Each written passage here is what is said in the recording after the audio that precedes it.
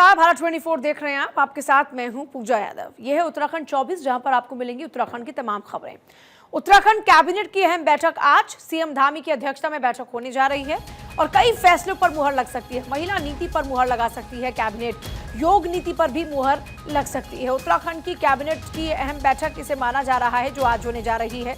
CM Dhami की अध्यक्षता में कैबिनेट की बैठक होने जा रही है और कई फैसलों पर मुहर लग सकती है। महिला नीति पर मुहर लगा सकती है कैबिनेट, तो ये बड़ी खबर है इस वक्त की योग नीति पर मुहर लग सकती है। उत्तराखंड कैबिनेट की अहम बैठक है आज सीएम धामी की अध्यक्षता में बैठक होगी। सीएम धामी की अध्यक्षता में होगी बैठक, कई फैसलों पर लग सकती है मुहर। उत्तराखंड कैबिनेट की अहम बैठक आज सीएम धामी की अध्यक्षता में ये बैठक होगी, कई फैसलों पर मुहर लग सकती है। महिला नीति पर मुहर लगा सकती है कैबिनेट, योग नीति पर लग सकती है मुहर। सीएम धामी की अध्यक्षता में बैठक होने जा रही है, कई फैसलों पर मुहर लग सकती है। उत्तराखंड में पुष्कर सिंह धामी की अध्यक्षता में कैबिनेट की बैठक होने जा रही है और कैबिनेट की बैठक कई मायनों में खास है, क्योंकि आज माना यह जा रहा है कि कैबिनेट की बैठक में काफी महत्वपूर्ण फैसले लिए जा सकते हैं जो उत्तराखंड के लिए फेवरेबल होंगे, जो लाभदायक होंगे। सीएम धामी की अध्यक्षता में बैठक होने जा रही है, सीएम धामी बैठक की अध्यक्षता करेंगे। कैबिनेट बैठक आज योग नीति पर मुहर लग सकती है, सहकारी समिति की नियमावली भी आ सकती है। कैबिनेट बैठक है आज, योग नीति पर मुहर लग सकती है, सहकारी समितियों की नियमावली का प्रस्ताव आ सकता है। आज होने वाले उत्तराखंड के कैबिनेट में सहकारिता विभाग सहकारी समितियों की नियमावली का प्रस्ताव भी कैबिनेट में पेश हो सकता है।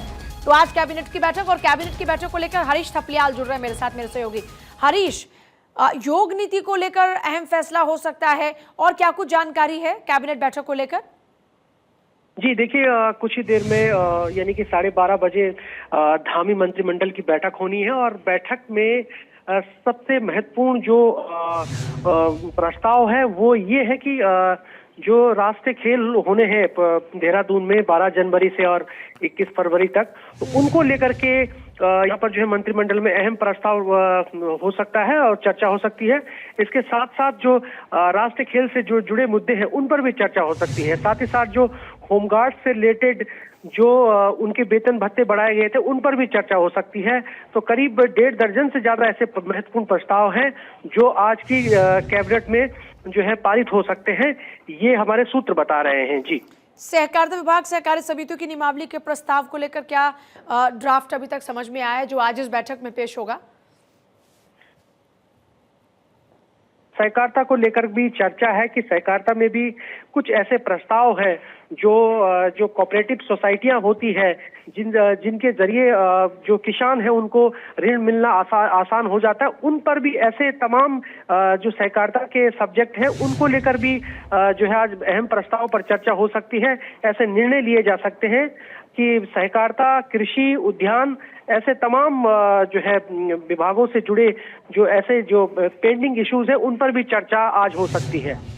चलिए ठीक है, बहुत ही शुक्रिया आपका फिलहाल पूरी जानकारी के लिए। महिला नीति पर, योग नीति पर और जैसा जिक्र किया कि जो आगामी खेल हैं उनको लेकर अहम फैसले हो सकते हैं।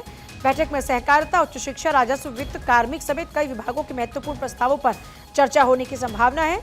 सहकारिता विभाग सहकारी समितियों की नियमावली का प्रस्ताव भी कैबिनेट के समक्ष प्रस्तुत हो सकता है।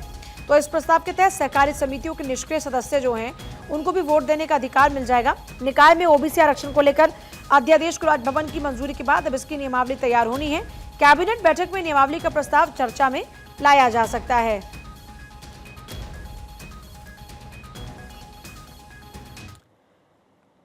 उत्तराखंड के उच्च हिमालयी क्षेत्रों में बर्फबारी का सिलसिला हो चुका है शुरू, जिसमें पर्वतीय और मैदानी क्षेत्रों में ठिठुरन बढ़ने की अभी तक जो तस्वीरें वो सामने आने लगी हैं। इस बीच मुख्यमंत्री पुष्कर सिंह धामी ने देर शाम देहरादून, आईएसबीटी समेत शहर के अन्य इलाकों का भी औचक निरीक्षण किया। सड़क किनारे मौजूद जरूरतमंदों को कंबल बांटे, साथ ही आईएसबीटी में मौजूद तमाम यात्रियों से बातचीत भी की है। आईएसबीटी निरीक्षण के दौरान में मुख्यमंत्री पुष्कर धामी ने साफ सफाई समेत अन्य व्यवस्थाओं का भी जायजा लिया। इसके अलावा आईएसबीटी परिसर परिसर में मौजूद चाय की दुकान पर सीएम धामी ने चाय की चुस्कियां भी ली और दुकानदार से बातचीत कर आईएसबीटी की व्यवस्थाओं की जानकारी ली। वहीं मुख्यमंत्री पुष्कर धामी ने प्रदेश के सभी जिलाधिकारियों को निर्देश दिया और कहा कि प्रदेश में शीतलहर का प्रकोप बढ़ रहा है, जिससे प्रदेश के शहरी और ग्रामीण क्षेत्रों में पर्याप्त अलाव की व्यवस्था की जाए ताकि ठंड की वजह से कोई बीमार ना पड़े। इसके अलावा मुख्यमंत्री धामी ने नगर निगम और नगर पालिका क्षेत्र में चल रहे रैन बसेरों की व्यवस्थाओं को भी लेकर निर्देश दिए हैं ताकि लोगों को सड़कों के किनारे सोने पर मजबूर ना होना पड़े। तो देखिए, ठिठुरन बढ़ने लगी है और ऐसे में इस ठिठुरन को देखते हुए एक तरफ मुख्यमंत्री पुष्कर सिंह धामी ने बाकायदा इसके लिए बजट एलोकेशन किया, उनकी सरकार ने बजट एलोकेशन किया है जिसके जरिए जो खुले इलाके हैं खासतौर पर वहां अलाव जलाया जा सके, और दूसरा जो निगम के जरिए जो रैन बसेरे चल रहे हैं उन रैन बसेरों में उचित व्यवस्था होनी चाहिए। तो ये आईएसबीटी की तस्वीरें इस वक्त आप देख रहे हैं जहां पर मुख्यमंत्री पुष्कर सिंह धामी खुद पहुंचे और लोगों से वो बातचीत करते हुए नजर आए और यहां पर उनकी ओर से लोगों को कंबल भी बांटे गए। तो ये तस्वीरें जिस दौरान उन्होंने कंबल बांटे, सीएम ने लोगों से बातचीत भी की। आईएसबीटी की ये तस्वीरें हैं जो वहां पर चाय की दुकान थी, चाय की दुकान पर चाय की चुस्कियां भी ली और चाय विक्रेता से उन्होंने पूछा भी कि यहाँ पर व्यवस्था किस तरह से है, आईएसबीटी पर कोई दिक्कत या परेशानी तो नहीं। तो दो तस्वीरें इस वक्त आपके सामने हैं जिनमें आप देखेंगे कि किस तरह से स्नोफॉल शुरू हो चुका है कई इलाकों में, और स्नोफॉल के साथ ही यहाँ पर जो लोग हैं ठिठुरन से वो परेशान ना हो या ये बढ़ती सर्दी उनकी मुश्किलें ना बढ़ाए, तो ऐसे में रैन बसेरों का भी निरीक्षण करते हुए नजर आए हैं मुख्यमंत्री पुष्कर सिंह धामी। या रैन बसेरों में व्यवस्थाएं क्या है, देखिए उनका जायजा लेते हुए नजर आ रहे हैं और जो लोग यहाँ पर मौजूद है उनसे बातचीत भी करते हुए नजर आ रहे हैं। बांग्लादेश में हिंदुओं पर हो रहे अत्याचार का पतंजलि योगपीठ के अध्यक्ष आचार्य बालकृष्ण ने कड़े शब्दों में निंदा की है। कोट द्वार में आचार्य बालकृष्ण ने कहा कि जिस बांग्लादेश को बनाने के लिए भारतीय सेना के जवानों का खूब खून बहा हो, वहीं बांग्लादेश आज भारत का विरोध कर उसके हिंदू के खिलाफ अत्याचार कर रहा है। ये बिल्कुल भी बर्दाश्त नहीं होगा।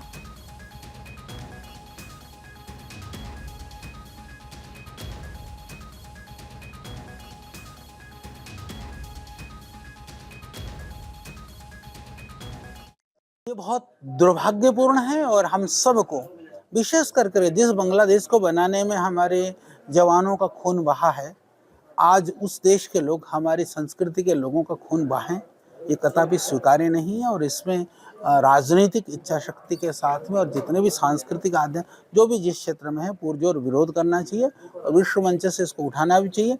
उसके लोग प्रयास कर भी रहे हैं, पर इसमें शायद हमारा जो प्रयास है और ज़्यादा अभी हमें करने की आवश्यकता है। कोटद्वार में मिशन सांस्कृतिक कोटद्वार के तहत कई सामाजिक संगठनों ने बांग्लादेश हिंदुओं पर हो रहे अत्याचार के विरोध में प्रधानमंत्री को एक ज्ञापन प्रेषित किया। मालवीय उद्यान में आयोजित इस कार्यक्रम में विभिन्न सामाजिक संगठनों से जुड़े लोगों ने हिस्सा लेकर अपना आक्रोश व्यक्त किया। प्रदर्शनकारियों ने कहा कि एक स्वतंत्रता राष्ट्र के रूप में बांग्लादेश आज अगर वजूद में है तो वो भारत की ही देन है।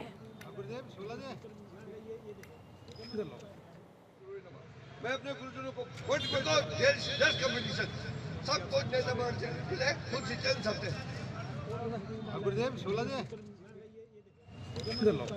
अरे मैं अपने गुरुजनों को वोट करता हूं। शासन, संविधान, पुलिस, सेना सभी मिलकर के अल्पसंख्यक हिंदुओं को मानो ख़त्म करने के लिए आमादा हैं। और ये गजवाए हिंद का जो पूरा का पूरा OIC द्वारा प्रायोजित एक कार्यक्रम चल रहा है पूरे विश्व भर को इस्लामिक बनाना, उसकी कड़ी में ये सारा प्रकरण है। एक पूर्व सैनिक होने के नाते मैं इस विषय में अपनी जो चिंता है उसे अपने समाज तक पहुंचाने का कार्य कर रहा हूं। आज हमारे साथी यहां पर आदरणीय मोदी जी को रक्त से लिखित हस्ताक्षर के माध्यम से ज्ञापन दे रहे हैं, जिसका उद्देश्य है कि जब 1971 में मानवाधिकारों का हनन का प्रकरण देखा गया तो वहां पर श्रीमती इंदिरा गांधी जी ने वहां पर सेना भेज करके उसे मुक्त कराया, पाकिस्तान के 2 टुकड़े कराए और बांग्लादेश को स्वतंत्र अस्तित्व में लाए। बागेश्वर जिले की कांडा तहसील के कई गांव में खड़िया खनन से मकानों में दरारें आ गई हैं, जिस पर नैनीताल हाई कोर्ट ने स्वतः संज्ञान लिया और सुनवाई की। सुनवाई के दौरान कार्यवाहक मुख्य न्यायाधीश मनोज कुमार तिवारी और न्यायमूर्ति पंकज पुरोहित की खंडपीठ ने मामले को अति गंभीर माना। साथ ही ग्रामीणों की समस्या को जानने के लिए 2 न्याय मित्रों ने नियुक्त कर उनसे अपनी रिपोर्ट पेश करने को कहा है। इसके अलावा खंडपीठ ने बागेश्वर DFO, स्टेट लेवल की पर्यावरण सुरक्षा अथॉरिटी, जिला खनन अधिकारी को पक्षकार बनाकर उनसे जवाब पेश करने के आदेश दिए हैं। सुनवाई के दौरान न्याय मित्र दुष्यंत मैनाली ने कोर्ट को अपने सुझाव देकर कहा कि वो वहां पर जितने भी खनन कार्य किए जा रहे हैं उनसे स्टेट लेवल की पर्यावरण अथॉरिटी के नियमों का पालन किया जा रहा है या नहीं, उसकी रिपोर्ट भी तलब की जाए।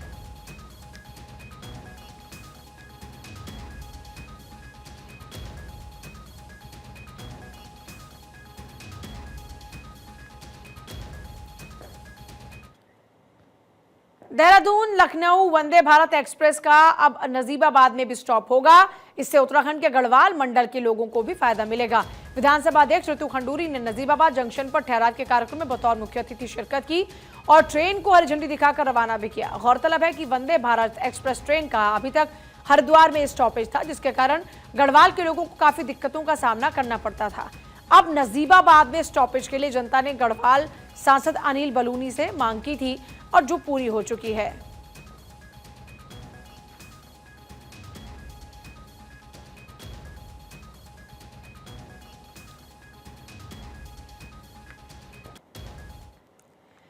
नए साल के आगमन से पहले उधम सिंह नगर पुलिस ने ऐसा कदम उठाया जिससे लोगों के चेहरों पर खुशी की लहर दौड़ पड़ी है।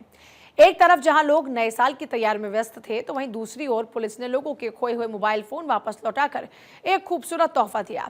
एसएसपी मणिकांत मिश्रा के निर्देश पर एसओजी काशीपुर की टीम ने कुल 235 खोए हुए मोबाइल फोन बरामद किए, जिनकी कीमत 32 लाख रुपए से ज्यादा बताई जा रही है। इन फोन्स को उत्तराखंड, उत्तर प्रदेश, दिल्ली, अन्य राज्यों से बरामद किया गया है।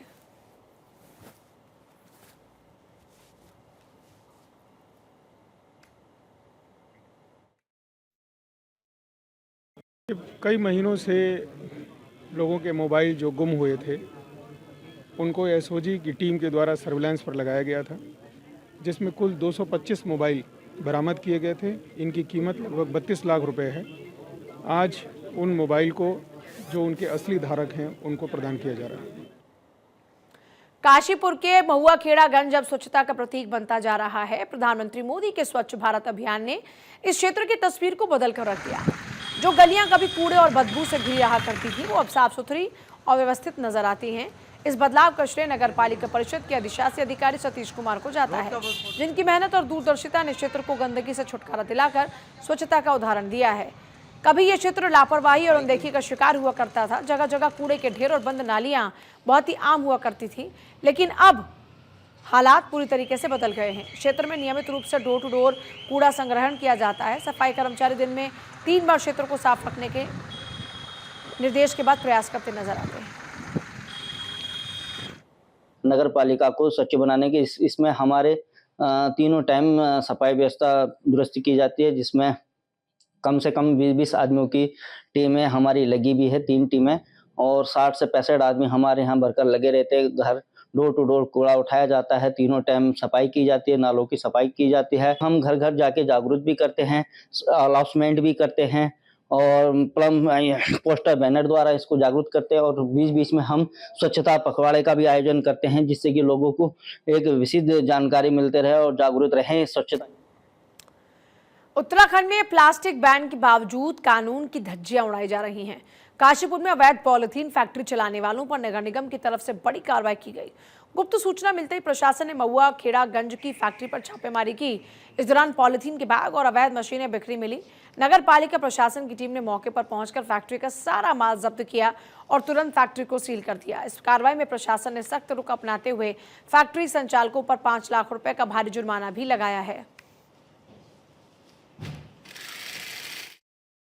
तो जितना भी प्लास्टिक फिर एसडीएम साहब को हमने सूचना दी गई और अभी स्थानीय प्रशासन और जो नगर पालिका के स्टाफ वगैरह हैं सब यहाँ पर हैं और अभी इसकी नाप तोल चल रही है, तो उस पर आगे कार्रवाई की जाएगी। इस पर प्रथमतः हम 5 लाख रुपए का जुर्माना आरोपित करेंगे। उसके पश्चात इसका जितना माल होगा उसको 5 रुपए किलो की दर से एक पर्यावरणीय क्षतिपूर्ति होती है वो भी आरोपित की जाएगी और उद्योग को सीज किया जाएगा और जितना भी प्रतिबंधित प्लास्टिक है इसको जब्त करके जो स्थानीय निकाय हमारी महुआ खेड़ागंज नगर पालिका उसको सुपुर्द किया जाएगा। प्रसिद्ध भक्ति संगीत गायिका अनुराधा पौडवाल को परामर्श निकेतन वो पहुंची और यहां पर परामर्श निकेतन में आध्यात्मिक गतिविधियों में उन्होंने भाग भी लिया। अनुराधा पौडवाल ने कहा कि संगीत ने उनके जीवन में भक्ति और शक्ति का संचार किया। परामर्श निकेतन के अध्यक्ष स्वामी चिदानंद सरस्वती और साध्वी भगवती सरस्वती से उनकी मुलाकात हुई। अनुराधा पौडवाल ने परमार्थ निकेतन के दिव्य वातावरण और यहाँ की आध्यात्मिक ऊर्जा के बारे में अपनी भावनाएं व्यक्त भी की। स्वामी चिदानंद सरस्वती ने अनुराधा पौडवाल को आगामी महाकुंभ मेला प्रयागराज 2025 में सहभाग के लिए आमंत्रित किया।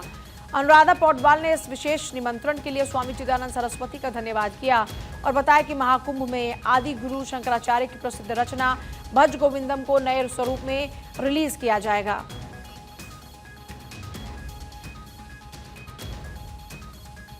गोविंदम गोविंदम भज मूढ़मते, वहाँ उनका आने वाला नया जो एक एल्बम है उसका भी लॉन्च हो, ताकि पूरे विश्व से आए हुए लोग संगम के तट पर भारत की इस संस्कृति के संगम को, संगीत के संगम को लेकर जाएं और घर घर इसको गुनगुनाएं, भज गोविंद।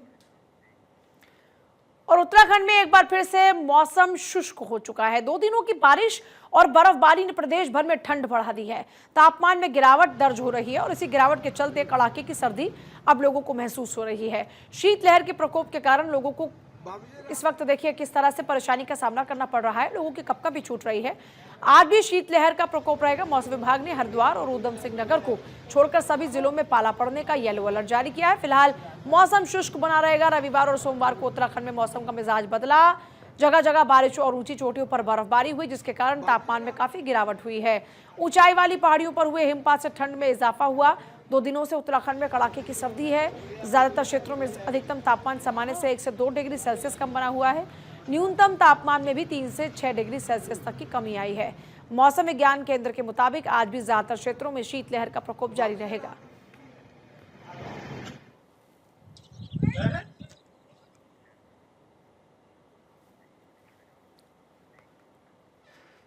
मसूरी में बर्फबारी के बाद शहर में कड़ाके की सर्दी पड़ने लगी, जिसे देखते हुए नगर पालिका परिषद मसूरी द्वारा सर्दी से निपटने के लिए पूरे इंतजाम कर दिए गए हैं। नगर पालिका परिषद मसूरी ने पालाग्रस्त सड़कों पर चूना बिछाने का काम शुरू किया है ताकि कोई दुर्घटना ना हो। वहीं शहर के सभी चौराहों पर अलाव जलाने की व्यवस्था की गई है। नगर पालिका परिषद मसूरी के अधिशासी अधिकारी तनवीर सिंह मारवा ने बताया कि जिला अधिकारी के निर्देशों के बाद शहर में व्यवस्था दुरुस्त करने के लिए सर्दियों में सभी चौराहों पर अलाव की व्यवस्था की जा रही है।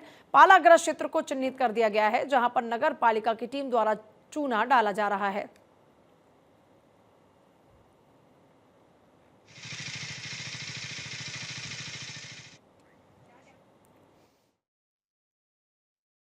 हमने सर्दी के लिए रैन बसेरा भी बना दिया है IDH में, जहाँ पे हमारा प्लांट है, जहाँ हर साल बनता है। तो अभी फ़िलहाल तो यही हमारी तैयारियां हैं। अब हम कोशिश करेंगे कि फरवरी तक ये तीनों चीज़ें हम रेगुलर बेसिस पे करते हैं।